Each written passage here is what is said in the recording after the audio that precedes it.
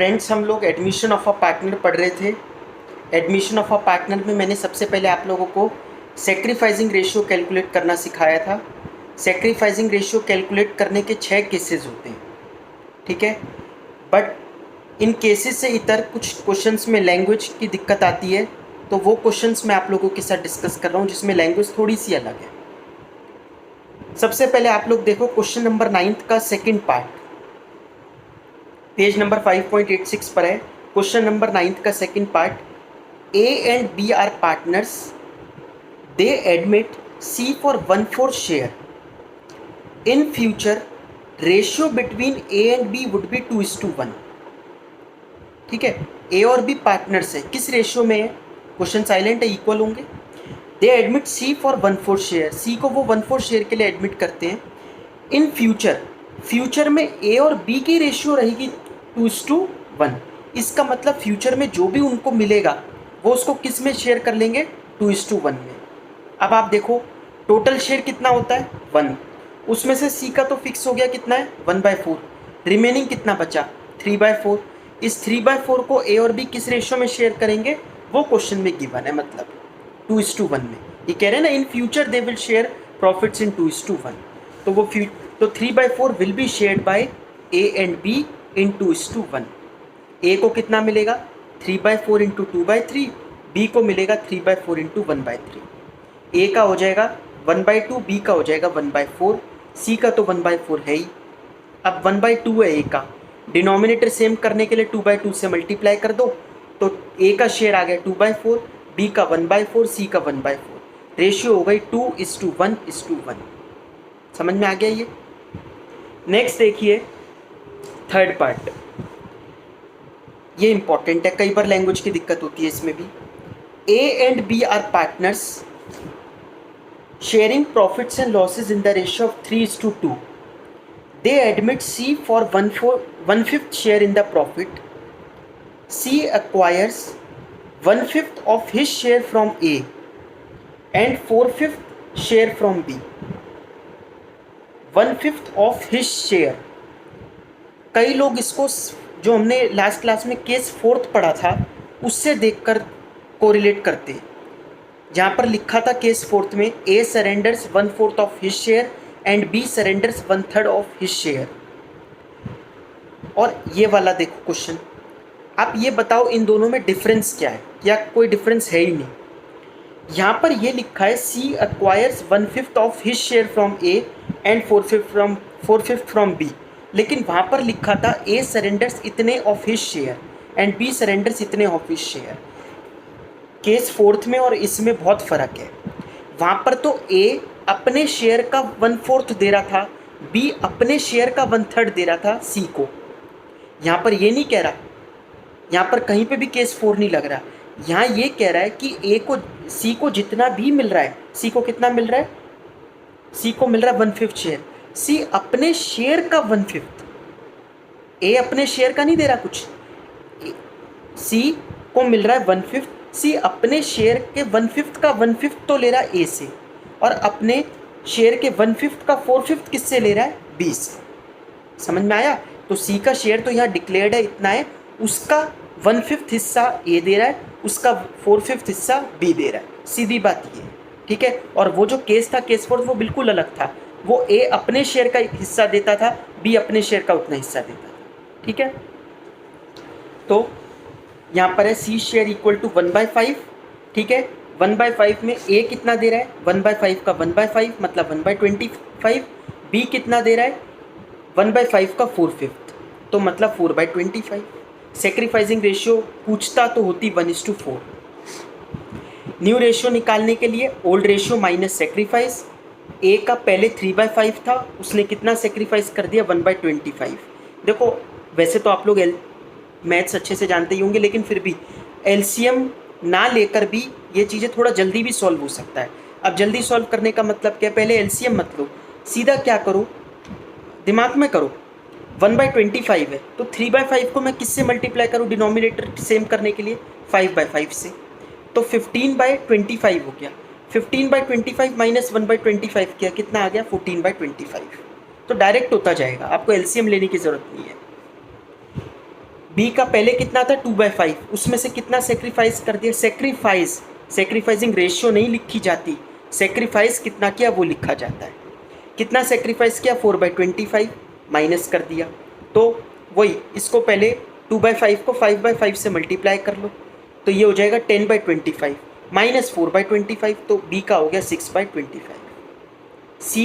सी का शेयर तो पता ही है 1/5 है, डिनोमिनेटर सेम करने के लिए 5/5 से किया 5/25। सी मतलब न्यू रेशियो आ गई 14:6:5। समझ में आ गया ये? तो ये केस 4 से थोड़ा सा अलग था। ये दो क्वेश्चंस, ये दो पार्ट मैंने सॉल्व नहीं किए हैं, ये फिर भी मैं आप लोगों के साथ डिस्कस कर रहा हूँ। सिंपल है लेकिन कई लोगों को इनमें दिक्कत आती है, तो इसलिए डिस्कस कर रहा हूँ। इसका केस 5th है, मतलब क्वेश्चन 9 का 5th पार्ट है। A and B are equal partners, they admit C and D as partners with 1/5 and 1/6 share respectively. तो इसमें भैया दो पार्टनर आ गए, तो कैसे करना है, कोई दिक्कत नहीं है। टोटल शेयर कितना है 1, सी शेयर कितना है 1/5, डी शेयर कितना है 1/6, रिमेनिंग शेयर निकाल लो 1 माइनस 1/5 माइनस 1/6। जो भी रिमेनिंग शेयर आया that will be shared by A and be in 1:1, क्योंकि पहले कितना था 1:1, तो बचे हुए को ये किस में कर लेंगे 1:1 में। ए को मिल जाएगा, बी को मिल जाएगा, जो मिलना है। न्यू रेशियो आ गई हमारी। समझ में आ गया? सिंपल सा है वैसे तो। 6th देखो, A and B are partner sharing profits and losses in the ratio of 3:2। C is admitted for 1/4 share. A and B decided to share equally in future. A और B ने decide किया कि हम future में equally share करेंगे। C का total share कितना होता है 1, C का कितना है 1/4, रिमेनिंग कितना बचा 3/4। तो वो इक्वली किसको शेयर करेंगे, जो बचेगा उसको ही तो कर पाएंगे, सबको तो नहीं कर लेंगे, ठीक है ना। तो जब बचा ही कितना है 3/4, 3/4 will be shared by A and be in 1:1। फिर ए को दे दो 3/4 इंटू 1/2, बी को दे दो 3/4 इंटू 1/2, सी का तो पता ही है कितना है 1/4। न्यू रेशियो निकल कर आ गई। सिंपल है। नेक्स्ट क्वेश्चन देखो, question number 14th question most important है, इन 16 क्वेश्चंस में से 14th और 16th मोस्ट इंपॉर्टेंट क्वेश्चन माने जाते हैं सेक्रीफाइसिंग रेशियो निकालने के। X and Y are partners sharing profits and losses in the ratio of 3:2. They admit Z into partnership. Z को admit किया पार्टनरशिप में। X gives 1/3 of his share while Y gives 1/10 from his share to Z. मैं फिर से language पढ़ रहा हूँ, उस पर स्ट्रेस कर रहा हूँ लैंग्वेज पर। X gives 1/3 of his share, या ऑफ है, while Y gives 1/10 from his share। क्या फ़र्क है? इसका मतलब केस 2 और केस 4 मिलकर लग रहा है इसमें। X के केस में तो ऑफ लिखा है, अपने शेयर का 1/3 दे रहा है, लेकिन Y टोटल ही कितना दे रहा है 1/10 दे रहा है। समझ में आ गया? Y की जब बात कर रहे हैं तो केस 2 लग रहा है, और जब X की बात कर रहे हैं तो केस 4 लग रहा है। ये फ़र्क है इसमें, मतलब दोनों केस साथ में लग गए। एक में माइनस करना है डायरेक्टली, एक में पहले मल्टीप्लाई होगा फिर माइनस करना है। ठीक है, लैंग्वेज का ही इशू था इसमें। Z का शेयर पहले निकालते हैं, कौन कितना दे रहा है बाय X अपने शेयर का 1/3 दे रहा है, ऑफ मतलब तो मल्टीप्लाई, तो 1/3 इंटू 3/5, तो X ने दिया 1/5। Y कितना दे रहा है, Y का डायरेक्ट गिवन है, अपने शेयर में से 1/10 दे रहा है फ्रॉम, तो Y दे रहा है 1/10। सेक्रीफाइसिंग रेशियो क्या आ गई, अगर अब दिमाग में कर लो, X ये 1/5 को मैं किससे मल्टीप्लाई करूँ 2/2 से, तो 2/10 और Y का कितना है 1/10, सेक्रीफाइसिंग रेशियो हो गई 2:1। ठीक है, न्यू रेशियो कैसे निकालते हैं, ओल्ड रेशियो माइनस सेक्रीफाइस करते हैं, सेक्रीफाइसिंग रेशियो नहीं करते हैं। तो x पे पहले कितना था 3/5, कितना दे दिया 1/5, माइनस करके निकालो।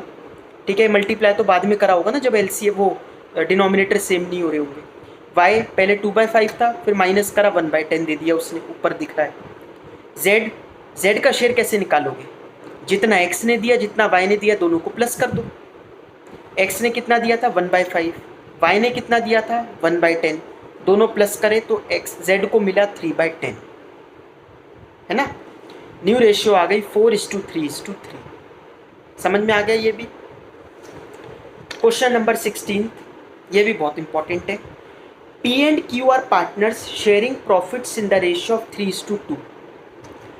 They admit R into partnership, who acquires 1/5 of his share from P and 4/25 share from Q. Calculate new profit sharing ratio and sacrificing ratio. देखो, P and Q पार्टनर्स हैं 3:2 में, वो एडमिट करते हैं आर को partnership में, who acquires 1/5 of his share. देखो वैसे ना, एक इंग्लिश की मैं बात बता रहा हूँ कि इंग्लिश में ये रूल है, जैसे अगर हमने पहले ऑफ लगा दिया, बाद में फ्रॉम तो नहीं लगाया, लेकिन जैसे 1/5 of his share from P and 4/5 लिखा होता, अगर यहाँ 4/25 ना लिखा होता तो ये मान लेते कि चलो ठीक है, 1/5 अपने शेयर का 1/5 उसने पी से लिया और अपने शेयर का 4/5 किससे लिया होगा, क्यू से लिया। वो ऑफ नहीं भी लगाता तो भी, क्योंकि ऑफ पहले लगा दिया, जैसे कई चीज़ें अगर हम पहले लगा दें तो वो सबके साथ कंटिन्यू होती है, ये इंग्लिश में रूल होता है। लेकिन यहाँ पे 4/5 ना बोल के 4/25 बोल रहा है भाई। जैसे अगर एक के दो हिस्से करें, एक हिस्सा करे 1/5, तो अगला कितना रिमेनिंग कितना बचेगा, 4/5 बचता है। ठीक है, इसका मतलब क्वेश्चन में कुछ और बात करने की कोशिश कर रहा है। क्या बात है वो ढूंढनी है हमें। ये कहता है who acquires 1/5 of his share from P, अपने शेयर का 1/5 लिया पी से, और क्यू से कितना लिया है 4/25। इसका मतलब आपको ये दे रखा है कि क्यू से टोटल मिला के कितना लिया उसने 4/25, है ना, और पी से कितना लिया, जितना भी उसका शेयर है उसका 1/5 लिया पी से। देखो ये बात में तो कोई डाउट नहीं है कि अगर 1/5 हिस्सा पी से लिया है तो 4/5 हिस्सा किससे लिया होगा, क्यू से। दो ही तो पार्टनर है फर्म में, जितना भी शेयर के लिए आर आ रहा है, आर है ना, जितना भी शेयर के लिए आर आ रहा है उसका 1/5 वो ले रहा है पी से और 4/5 ले रहा होगा क्यू से। वो बात तो कोई दिक्कत नहीं है, लेकिन जितना भी उसको क्यू से मिला उसका टोटल कितना है 4/25 है, ये बात है इसमें। ठीक है, let R share be x, R का शेयर तो पता ही नहीं है कितना है, आर के शेयर को एक्स मान लेते हैं। पी से कितना मिला, शेयर का 1/5 मिला, तो क्यू से कितना मिला, उसके शेयर का 4/5 मिला, तो x/5 मिला पी से, 4x/5 मिला क्यू से। एक और हिंट दिया क्वेश्चन में कि क्यू से टोटल कितना मिला 4/25, तो इसका मतलब ये जो 4/5x है ये किसके इक्वल है, 4/25 के। x की वैल्यू निकाल लो इधर ले जाकर, तो x की वैल्यू आ गई 1/5। इसका मतलब r कितने शेयर के लिए आ रहा है, 1/5 के लिए। हो सकता है एक रीडिंग में ये क्वेश्चन समझ में ना आए, एक दो बार और रीड कर लेना, समझ में आ जाएगा, फिर भी डाउट आए तो पूछ लेना। ठीक है, x का शेयर 1/5 आ गया, अब तो क्वेश्चन लगभग सॉल्व हो गया। जब x का शेयर 1/5 है तो p कितना दे रहा है, p 1/5 का 1/5 दे रहा था तो 1/25। q कितना दे रहा था, q का तो क्वेश्चन नहीं खुद ही निकाल के दे रखा है 4/25। आपको भी निकालना हो अगर कि नहीं हम निकालना चाहते तो ठीक है, q 4/5 दे रहा है उसके शेयर का, तो 4/5 इंटू 1/5 कितना होता है 4/25, और वो क्वेश्चन में डायरेक्टली भी गिवन था। सेक्रीफाइसिंग रेशियो क्या आ गई 1:4। न्यू रेशियो कैसे निकालते हैं, ओल्ड रेशियो माइनस सेक्रीफाइस, तो 3/5 माइनस 1/25, 2/5 माइनस 4/25, आर का तो डायरेक्टली 1/5 है, डिनोमिनेटर इक्वेट कर लो। न्यू रेशियो आ गई 14:6:5। अच्छा, न्यू रेशियो निकालते वक्त कई बार एक चीज़ और बता दूं मैं न्यू रेशियो में हिंट, लेकिन ये इसलिए नहीं बताता मैं, लोग इसको और रेशियो से भी कंपेयर करने लग जाते हैं। जब भी आप न्यू रेशियो निकालते हो ना, तो डिनोमिनेटर और न्यूमरेटर का सम इक्वल होना चाहिए, नहीं तो गलत है। जैसे 14 और 6 और 5 इसका टोटल कितना आ रहा है 25, और सबके देख लो पी के, क्यू के और आर के डिनोमिनेटर में कितना है 25 है। 14 + 6 + 5 ये हर में था, ये अगर क्वेश्चन 14 था तो उसमें भी 4:3:3 था ना, तो टोटल उनके आ रहे थे 10, 4/10, 3/10, 3/10, ठीक है, ये इक्वल होता है क्योंकि टोटल शेयर 1 होता है ना, तो वो कट जाता है। लेकिन ये चीज़ सिर्फ न्यू रेशियो के लिए, कभी सेक्रीफाइसिंग में भी लगा दो, इसलिए मैं ये चीज़ें नहीं बताता जनरली सबको, ये सिर्फ न्यू रेशियो के लिए होती है। ठीक है, ये हम लोगों ने कवर कर लिया सेक्रीफाइसिंग रेशियो को कैसे कैलकुलेट करते हैं और न्यू रेशियो को कैसे कैलकुलेट करते हैं। नेक्स्ट इसमें टॉपिक आता है गुडविल। और गुडविल देखा जाए तो जितनी भी हम गुडविल पढ़ रहे हैं, चाहे गुडविल चैप्टर ही पढ़ाओ, चाहे change in profit sharing ratio में गुडविल पढ़ी हो, गुडविल का असली कंसेप्ट तो एडमिशन से ही है। ठीक है, जब भी नया पार्टनर फर्म में आना चाहेगा तो अगर वो ये कहेगा कि मैं कैपिटल लाने को तैयार हूँ, तो कैपिटल तो आप तब भी ला सकते थे जब 20 साल पहले, 15 साल पहले हमने फर्म खोली थी, लेकिन तब कोई इसलिए नहीं आता क्योंकि नया नया बिजनेस है, कई सारे लॉसेज होते हैं, नाम बनाने में टाइम लगता है। अब नाम बन चुका है तो अब जुड़ना चाहते हैं लोग। ठीक है, जैसे अब कोई भी पार्टनर फर्म में जुड़ना चाहेगा तो फर्म क्या कहेगी कि ठीक है, आप कैपिटल ला रहे हो, वो अपने लिए ला रहे हो। आज अगर आप चले जाओगे फर्म से तो कैपिटल तो आप अपनी ले ही जाओगे, फर्म के लिए क्या ला रहे हो, तो उसको क्या लेके आने पड़ता है, गुडविल का पैसा लेके आना पड़ता है। ठीक है, एक चीज़ और मैं आपकी नॉलेज के लिए बता दूँ, गुडविल पार्टनर नहीं ला रहा, गुडविल के लिए पैसा ला रहा है। वो कौन होता है नया पार्टनर जो फर्म के लिए गुडविल लेकर आएगा? वो क्या रेप्यूटेशन लेके आएगा कि चलो ठीक है मैं आपके लिए रेप्यूटेशन लेके आ रहा हूँ? रेप्यूटेशन तो कमा ली हमने, वो गुडविल लेकर आ रहा है, मतलब गुडविल के पैसे लेके आ रहा है, वो एक तरीके की रिम्यूनरेशन लेके आ रहा है। किसको देगा वो? ठीक है, पुराने पार्टनर्स को देगा। पुराने में भी किसको देगा? ये पैसा फर्म में नहीं रखा जाएगा, मतलब फर्म में वैसे रखा जाएगा, लेकिन ये किस में बढ़ जाएगा? पार्टनर्स में। अब कौन से पार्टनर्स में बढ़ना चाहिए, ओल्ड पार्टनर्स या सेक्रीफाइसिंग पार्टनर्स? अब इसमें ये डाउट आता है कि ये तो बात तो सेम ही हुई, ओल्ड ही तो सेक्रीफाइस करते हैं। ऐसा ज़रूरी नहीं है। हमने केस 5 पढ़ा है, A B and C are partners in a firm sharing profits in 3:2:1, D is admitted for 1/6 share on the condition that C would retain his original share. पढ़ा था ना केस 5, जिसमें सी ने कह दिया था कि मैं अपना शेयर नहीं चेंज करूँगा। तो एक बात सोचो कि ठीक है, हमने पूरी कहानी बता दी कि ठीक है कि डी फर्म में आएगा और पुरानी मेहनत की हुई है, लेकिन डी ये कहेगा कि मैं सी को पैसे क्यों दूं? सी तो जितना पहले खा रहा था उतना ही अब खाएगा, जितना पहले कमा रहा था सी अब भी उतना ही कमाएगा। तो सी को तो कोई फ़र्क नहीं पड़ा मेरे आने से। मेरे आने से फ़र्क किसको पड़ा? ए और बी को, क्योंकि ए और बी ने अपना शेयर कम करके डी को दे दी। इस वजह से डी जो गुडविल लेकर आएगा वो किन पार्टनर्स के लिए लेके आता है? Sacrificing partners. ठीक है, तो आप लोग ये गलती कभी मत करना, ये पेपर में लिख के आओगे तो मार्क्स कटेंगे। कई लोग स्कूल में भी यही चीज़ बोल देते हैं कि ओल्ड पार्टनर्स में बटेगी। गुडविल कभी भी ओल्ड पार्टनर्स में नहीं बढ़ती, गुडविल सेक्रीफाइसिंग पार्टनर्स में बढ़ती है। हाँ, वो बात और है कि कई ज़्यादातर केसेस में old partners and sacrificing partner same ही होते हैं। भैया केस 50 तो है जिसमें अलग अलग होते हैं, लेकिन गलत बोलो भी मत। अगर पेपर में क्वेश्चन आ जाए कि किस पार्टनर्स में गुडविल बढ़ती है, तो आप ओल्ड लिखोगे तो मार्क्स कटेंगे। किस पार्टनर्स में बढ़ती है? Sacrificing partners. जो पार्टनर्स अपना शेयर कम करेंगे उसके प्रति, तो वो उसके लिए तो गुडविल का पैसा लेके आएगा। ठीक है, जब सेक्रीफाइसिंग पार्टनर्स के लिए ला रहा है तो रेशियो भी क्या होगी? सेक्रीफाइसिंग रेशियो में बटेगा। तो अब आपको समझ में आया होगा ये हमने जितने भी केसेस पढ़े ये क्यों पढ़े। न्यू रेशियो तो निकाल ली ही, लेकिन सेक्रीफाइसिंग रेशियो निकालने का क्या फ़ायदा हुआ? अब गुडविल जो ला रहा है नया पार्टनर, वो सेक्रीफाइसिंग पार्टनर्स के लिए ला रहा है और सेक्रीफाइसिंग रेशियो में ही बटेगी। ठीक है, तो गुडविल का कंसेप्ट पढ़ना शुरू करते हैं। आज सिर्फ जर्नल एंट्रीज बता रहा हूँ मैं, क्वेश्चंस नेक्स्ट क्लास में कराऊंगा इसके। पहला, ये तो सबको पता है, चेंज इन रेशियो से पढ़ते आ रहे हैं, goodwill already appearing in the books. तो ये आगे तो हर चैप्टर में चलती रहेगी। गुडविल जो ऑलरेडी अपीयर करती है बुक्स में, इसको तो राइट ऑफ करना होता है। पहले के लोग गुडविल को बुक्स में दिखाते थे, बैलेंस शीट में। अब वो कंसेप्ट बदल गया है, तो ये रेक्टिफिकेशन आपको करनी पड़ेगी। अगर अभी भी दिख रही है आपको बैलेंस शीट में, तो आपको सबसे पहला काम क्या करना पड़ेगा? Old partners capital account debit to goodwill account. Old है तो रेशियो भी क्या होगी? ओल्ड। समझ में आ गया? ये तो पहले भी पता था आपको। Goodwill valued at the time of admission.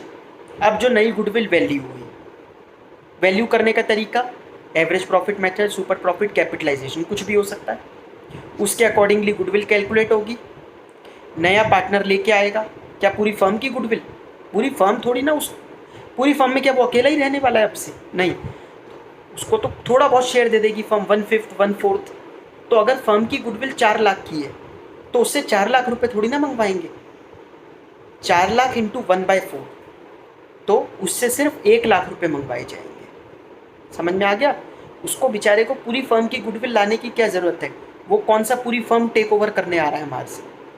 तो गुडविल वो कितनी लाएगा? Goodwill of firm multiply by his share, इतनी गुडविल वो लेके आ जाएगा। ये इसमें लिखा हुआ है, goodwill into new partner share. Journal entries पढ़ना शुरू करते हैं। अलग अलग केसेस हैं। पहला केस देखो, बॉट इन कैश। अगर वो सारी गुडविल कैश में ले आता है तो, अगर वो सारी गुडविल कैश में ले आता है तो बहुत अच्छी बात है। Cash account debit to, goodwill नहीं लिखते। गुडविल क्यों नहीं लिखते? क्योंकि गुडविल लिखते हैं तो अकाउंटिंग में ना ये थोड़ी सी दिक्कत आ जाती है। जैसे कि ये रूल्स इसलिए बनाए गए हैं कि गुडविल क्या होती, एक तो नया पार्टनर कोई गुडविल तो ला नहीं सकता, वो तो गुडविल का पैसा लेके आ रहा है, ठीक है। और वैसे भी goodwill is an asset, asset अगर बढ़ते हैं तो डेबिट होते हैं, यहाँ पर तो हम क्रेडिट कर रहे हैं, है ना। तो इस वजह से ये गुडविल नहीं लिखा जाता। तो गुडविल मत लिखना, क्या लिखा जाएगा? प्रीमियम फॉर गुडविल, वो प्रीमियम लेके आ रहा है। तो पहली एंट्री हुई cash account debit to premium for goodwill. इस प्रीमियम को बांट देंगे, premium for goodwill account debit to sacrificing partners capital account. आ गया समझ में?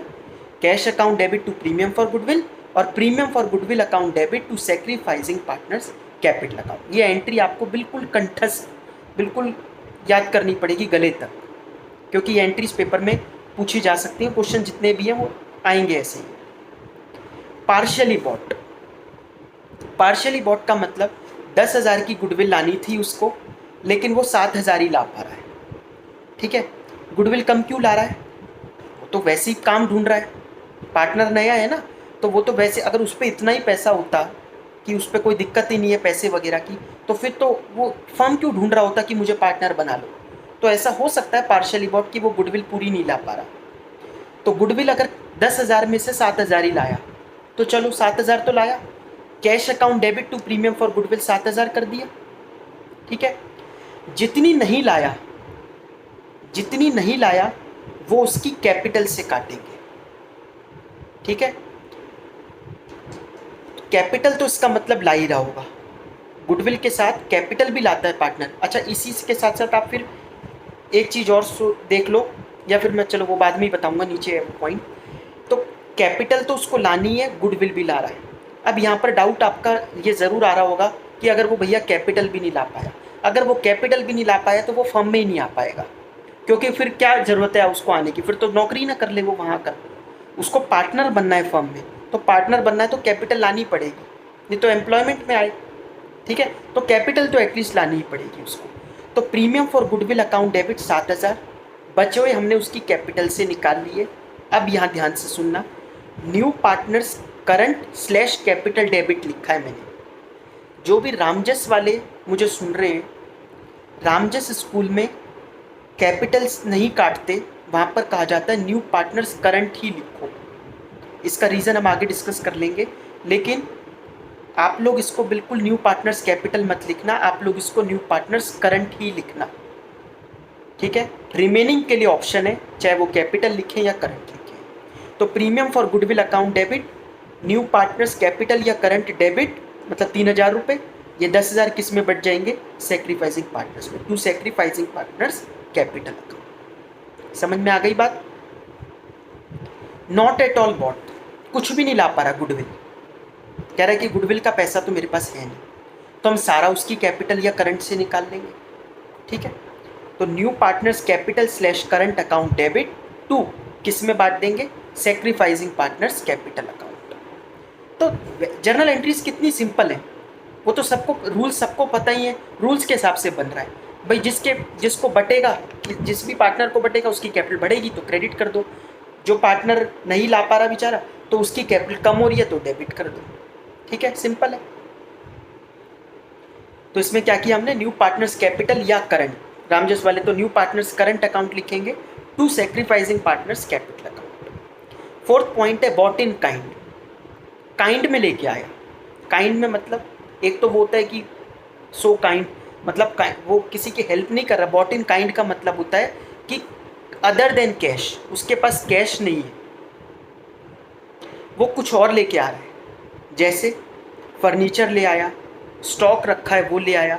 अब जैसे अगर वो सेम लाइन ऑफ बिजनेस में था, ठीक है, सेम लाइन ऑफ बिजनेस में था, तो उसके पास स्टॉक पड़ा है, वो पहले एज अ सोल प्रोप्राइटर काम करता था, अब फर्म में काम करने आ रहा है, तो वो कह रहा है कि मेरे पास पैसा नहीं है, लेकिन मेरे पास आपके यहाँ का ही स्टॉक है, आपके जैसे ही स्टॉक है, तो ये भी साथ में बेच देंगे, तो मैं 2-4 लाख रुपए का ये स्टॉक ले आता हूँ। तो ठीक है, वो स्टॉक लेके आ रहा है, लेकिन इस पर हक किसका होगा? सेक्रीफाइसिंग पार्टनर्स का। तो asset account debit to premium for goodwill, जो भी असेट आ रही होगी, स्टॉक आ रहा है तो स्टॉक डेबिट, मशीन आ रही है तो मशीन डेबिट, बिल्डिंग आ रही है तो बिल्डिंग डेबिट आ रही है, मतलब बिल्डिंग उनको मिल रही है। तो to premium for goodwill, premium बढ़ जाएगा, premium for goodwill debit to sacrificing partners capital account. समझ में आ गया? पेड प्राइवेटली, अगर पार्टनर्स ये लोग बुक्स में नहीं दिखाना चाहते कि उसने कितना पैसा दिया, क्योंकि है तो अल्टीमेटली किसका ये पैसा? सेक्रीफाइसिंग पार्टनर्स का ना। वो बिजनेस में नहीं शो करना चाहते, तो नहीं शो करना चाहते तो नो एंट्री, पेड प्राइवेटली में कोई एंट्री पास नहीं होगी। ठीक है, ये अलग अलग केसेस बन सकते हैं न्यू गुडविल के, या तो वो पूरी लाएगा, या वो कम लाएगा, या वो लाएगा ही नहीं, या वो काइंड में लाएगा, या फिर वो प्राइवेटली पे करेगा। ठीक है, ये अलग अलग केसेस होते हैं इसके। थर्ड पॉइंट देखो, goodwill withdrawn bye sacrificing partners. अगर ये जो गुडविल हमने ऊपर बांटी पार्टनर्स को, वो फर्म से निकालना चाहते हैं, तो ठीक है, उनकी कैपिटल कम कर दो, कैश फर्म से कम हो जाएगा। Sacrificing partners capital account debit to cash account. Sacrificing क्यों डेबिट हुआ? एक बार तो हम सेक्रीफाइसिंग में बांट ही चुके हैं ना, अब नया पार्टनर कहाँ रोल में आएगा? ठीक है, उसका कोई रोल ही नहीं है।